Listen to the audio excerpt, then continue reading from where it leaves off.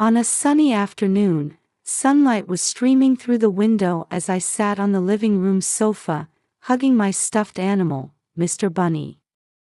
In the kitchen, my new mom was making snacks for Amy.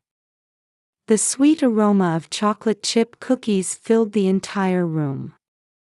Outside the window, I could occasionally hear sirens from ambulances heading to Mayo Clinic.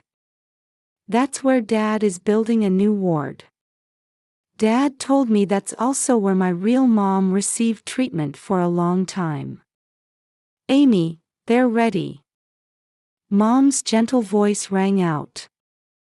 I could hear Amy's happy footsteps running toward the kitchen. I started to get up too. Emma, no snacks for you today. You didn't clean up yesterday, remember? Mom's voice sounded a bit cold. I clutched the star-shaped pendant hanging from my neck. Inside was a photo of my real mom, always smiling kindly. But before I could finish, Mom sighed. In the light streaming through the kitchen window, her profile looked like a shadow. You're all ready. She stopped mid-sentence. That happens a lot lately. I could see Amy munching on cookies with a big smile on her face. Even though she's my little sister, 4 years younger, lately Amy gets everything first: new clothes, toys, and Mom's affection. On Sundays, we have Sunday school at St. Mary's Church. Last week, Amy got lots of praise from Mom for singing hymns beautifully. I sang too, but Mom pretended not to notice. Still, the light streaming through the church's stained glass windows shines equally on everyone. But Dad is different. I'm home. Late in the evening, Dad's voice came from the entrance. Construction site dust clung to his work clothes. He always makes sure to stop by my room. Sometimes he even brings me hot cocoa from Caribou Coffee. Emma, how was your day? Dad's large hand patted my head. A bit rough, but warm. Mom again. Dad's expression clouded slightly. Outside the window, the evening sky was turning red. But Dad quickly returned to his gentle smile. Emma, remember that Dad will always protect you, no matter what. Saying this, Dad gave me a tight hug. His work clothes smelled of concrete. That smell has become my most comforting scent now. On weekends, our family goes to Silver Lake Park near our house on Elton Hills Drive. Amy loves the swings. Mom always pushes her gently. I sit alone in the shade, reading the book I brought. Books are the only things they haven't taken away yet. In my room, toys are gradually disappearing. You're too old for these now, Mom says as she cleans them out. But I know they're all actually being moved to Amy's room. Mom says first graders at Jackson Elementary shouldn't play with toys anymore. Yesterday, my beloved doll Jenny disappeared. When I was looking for her, Mom said, "You don't need such baby toys anymore, do you?" I could only nod silently. But that night, I thought I heard Jenny's voice coming from Amy's room. At night, when I open the star-shaped pendant in bed, I can see my real mom's smile. Dad says I have the same big brown eyes as her, and the same long black hair. In the photo, Mom is sitting on a bed at Mayo Clinic, smiling. This pendant that Dad told me to treasure has been my most precious possession since my real mom went to heaven when I was 4. Lately, at night, I hear voices from downstairs. Mom talking to someone on the phone. Arguing with Dad. They try to speak quietly so I can't hear, but I still do. About that child. But Michael. Absolutely not. When Dad's voice became unusually stern, I felt a little scared. On the other side of the wall, Amy was singing happily. But during the day, Mom still greets the neighbors with her usual kind smile. At PTA meetings and Sunday school, everyone calls her the ideal mother. The customers who meet her at the salon in Apache Mall say the same thing. She braids Amy's hair beautifully and buys her cute clothes. I have to tie my own hair now. Still, I try hard in front of the mirror. I'm proud of my long black hair, just like my real mom's. But last week, Mom said, "Shouldn't we cut that hair?" Today too, Minnesota's gentle early summer sunlight streams through the window. Cars line up in the Hy-Vee supermarket parking lot as people shop. But somehow, it feels like this house is getting colder and colder. Amy's laughter, Mom's sighs, and Dad's worried eyes swirl around inside this house. At times like these, I always clutch my star-shaped pendant. It feels like my real mom's warmth is still here. But lately, I've noticed Mom giving strange looks to this pendant, as if it's something that shouldn't be here. Summer vacation is approaching. At school, everyone's talking excitedly about their plans. Jessica is going to Disneyland. Tommy is going camping at his grandmother's house. When asked, "What about you, Emma?" I couldn't answer. Because Mom hasn't told me anything. That day, walking home alone as usual, I heard a voice from behind. "Emma." When I turned around, Dad's car was pulling up. Unusually, he had come to pick me up in the middle of his workday. "Dad, what's wrong?" "Today's special," Dad said with a smile. "Let's go get some ice cream." We stopped at Perkins' restaurant. Dad always likes their vanilla shakes. But today, his expression seemed a bit harder than usual. "Emma, how are things going with Mom?" Dad asked gently as we drank our shakes. Outside the window, an ambulance passed by heading to Mayo Clinic. "Mom seems to like Amy more than me." Dad listened quietly. Then, he took a small piece of paper from his pocket. "This is Dad's phone number. Always keep it with you. If anything happens, call right away." That night when we got home, Mom was standing at the entrance with her arms crossed. "Where were you?" I was worried. Her voice was gentle, but her eyes weren't smiling. "With Dad." "I see," Mom said curtly and turned away. From that weekend, things in my room started to change. Books disappeared from the bookshelf. Clothes vanished from drawers. In their place, old clothes were brought up from the basement. "You're growing so fast. It would be wasteful to buy new things that you'll outgrow quickly." Mom said this as she left for the Apache Mall children's clothing department with Amy. I was left at home. On Sunday at St. Mary's Church Sunday School, the teacher talked about heaven. Heaven is a very peaceful and beautiful place. I was thinking about my real mom. I wonder if she's watching me from heaven now. As I held my pendant thinking this, I heard new Mom's voice from beside me.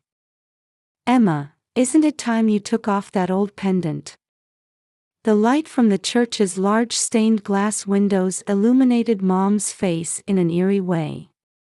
That night, I had a bad dream. In a dark place, someone was calling my name. But I couldn't see who it was. When I tried desperately to run, my body wouldn't move. Dad! Mom! When I woke up screaming, I could hear Amy crying. Through the wall, Mom's voice gently soothing her. I wiped away my cold sweat alone. The next day, when I returned from school, the star-shaped pendant was gone from my room. While I was searching desperately, Mom came into the room. Looking for something. Mom's voice had a different tone than usual. The pendant. Oh, that old thing. I threw it away. You're a big girl now, you can't keep clinging to baby memories, right? In that moment, a cold feeling rose from my feet. Everything went dark, and I felt like I couldn't breathe. You can't throw it away. It's from my real mom. Just as I screamed, Dad came home. The sound of work boots rushing up the stairs. What happened?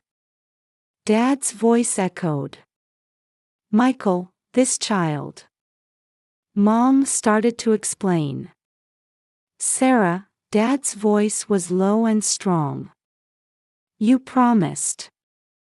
That night, I heard voices from downstairs again. This time, Mom and Dad were arguing loudly. I absolutely won't allow it. But look at reality. Emma is my daughter. Mixed with the arguing voices was Amy's crying. I curled up small in my bed, clutching the piece of paper with Dad's phone number under my pillow. The next morning at breakfast, Mom was acting brighter than usual. Amy's pancakes had plenty of maple syrup. My portion was more than usual. I'm sorry about yesterday, I said something unforgivable. Mom smiled kindly. Actually, I was planning a surprise. Let's go for a family picnic at Cascade Lake. Dad nodded too. But was it my imagination that his eyes looked a bit sad? First, let's take some medicine to prevent catching a cold. Mom held out a small white pill. When I saw it, for some reason my spine went cold. But Dad said, that's right, so, it must be okay, right? After breakfast, Mom started preparing a large picnic basket. Ham and cheese sandwiches, fruit, and lemonade she said she bought from Hy-Vee. A nostalgic smell wafted from the kitchen. Amy was happily showing off her new swimsuit. Emma, you changed too. When I turned at Mom's voice, she held out an old swimsuit. It was Amy's size from last summer. A bit small, but I couldn't complain. Dad unusually took the day off to drive us. In the car, Amy sang along with the music on the radio. I looked out the window from the back seat.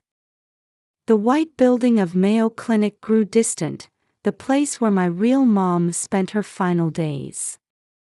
When we arrived at Cascade Lake, several families were already playing happily. Mom spread out a sheet in the shade and started distributing sandwiches. My portion was more than usual too. Emma, today is a special day. Mom said this as she held out a cup of lemonade. A sweet, cold drink. But it had a strange taste. I mixed in your medicine. You couldn't take it yesterday, after all. I saw Dad nod silently. When our eyes met, Dad gave a small smile, but he looked somewhat sad. After a while, my body started feeling heavy. The voices of the children around me gradually grew distant. Mom. It's okay, Emma. You can rest now. Mom's voice sounded like it was coming from the bottom of a deep well. Dad. A large hand stroked my head. That was the last thing I remember. When I woke up, it was pitch black. Narrow. Hard to breathe. When I reached out, something hit just above me. It felt like soft fabric. When I spread both hands, they hit walls. Where am I? My own voice echoed very small. In the distance, I could hear something. The sound of a pipe organ. A hymn perhaps. Like what I heard at St. Mary's Church. Dad. Even when I screamed, no one answered. Mom. Real mom. Or new mom. I don't know which one I'm calling anymore. In the darkness, I desperately started beating on the top with both hands. Someone help me. I screamed until my voice gave out. Then I heard something move. The sound of a heavy lid slowly opening. Light from outside came in as a thin line. Light so bright it made my eyes hurt.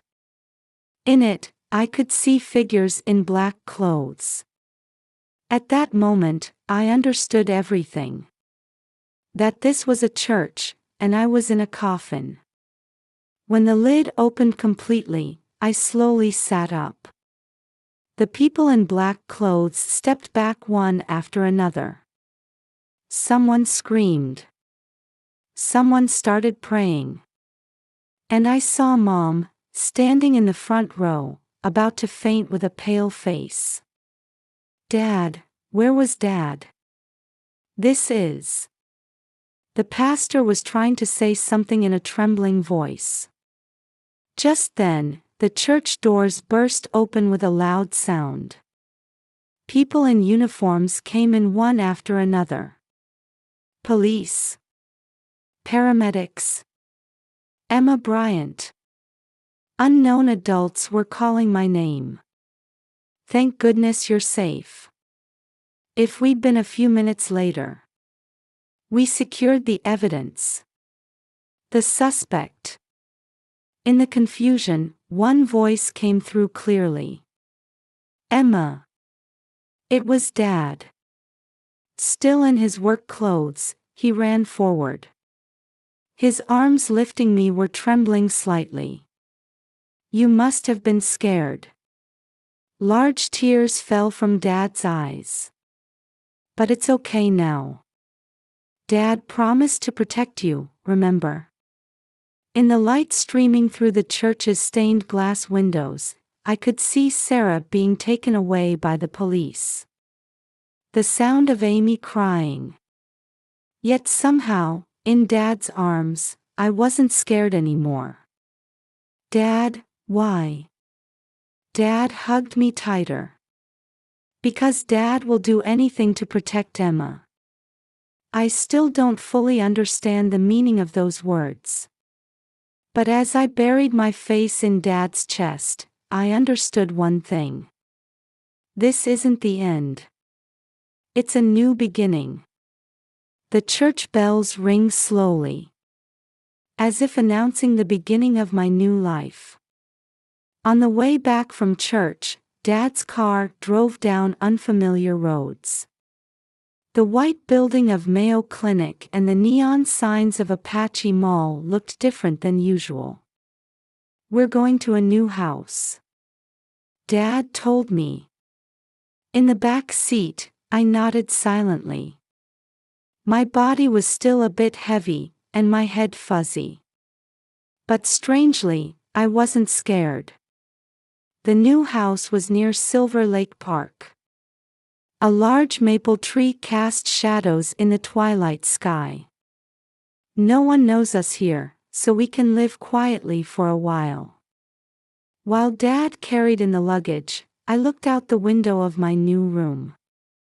The Rochester skyline in the distance. car lights moving like tiny particles of light. That night, I learned many things for the first time. That Mom had been taken away by the police, that Amy would live at her grandmother's house, and Emma, Dad needs to tell you the truth. Late at night, Dad sat on the edge of the bed in my new room. Outside, autumn insects were chirping. Your mom, she tried to kill you. I couldn't understand the meaning of those words right away. But Dad knew. I heard her making suspicious phone calls. Dad's voice was trembling.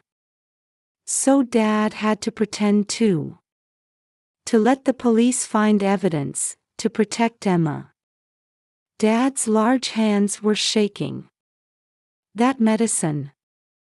At my small voice, Dad took a deep breath. It was sleeping pills. Dad adjusted the amount. That's why Emma woke up. So. Dad knew from the beginning. Yes. But I didn't have evidence of what your mom was really trying to do. So. Tears fell from Dad's eyes again. My acting must have scared you. I'm sorry. I shook my head. Somehow, my chest felt warm. Because Dad protected me. You promised. Then, the familiar star-shaped pendant came out of Dad's pocket. Actually, Dad was keeping it. I couldn't let your mom have it. The photo in the pendant was still smiling kindly. The next morning, Dad went to the police station. I stayed home watching TV. The news was reporting about what happened at St. Mary's Church. Stepmother arrested on attempted murder charges. Police acted on tip from father. Difficult words kept flowing. But I wasn't so scared anymore. Instead, a new life began. Morning started with Dad's slightly burnt pancakes. Sorry, I'm still not used to this. Dad laughed sheepishly. But to me, those pancakes tasted much better. I had to change schools too. From Jackson Elementary to a new school. I was a bit anxious at first, but everyone welcomed me warmly. Your father is such a wonderful person. Miss Brown, my teacher, told me. On weekends, Dad and I go to Cascade Lake together. This time, there's nothing threatening us. Emma, you've learned to swim so well. Dad says proudly. I wave my arms big, making splashes. On my room's wall hangs a photo of my real mom. Near the bed is a new bookshelf. Dad bought back all the books I lost. Doll Jenny has become a new friend too. At night, when I open the star-shaped pendant, there are two photos inside. The photo of my real mom, and a recent photo of Dad and me. Two happy memories. Dad. One night, I asked. Why did you try so hard for me? Dad thought for a moment before answering. Because you are my treasure. Even if we're not connected by blood, you're my precious daughter. With those words, I understood everything. A truth I hadn't noticed until now. But it didn't change anything. Rather, it made me feel even warmer inside. Now, Minnesota's autumn wind blows outside the window. I can hear ambulance sirens from the direction of Mayo Clinic. But I'm not scared anymore. In this room, in this house, with Dad. A new morning is about to begin.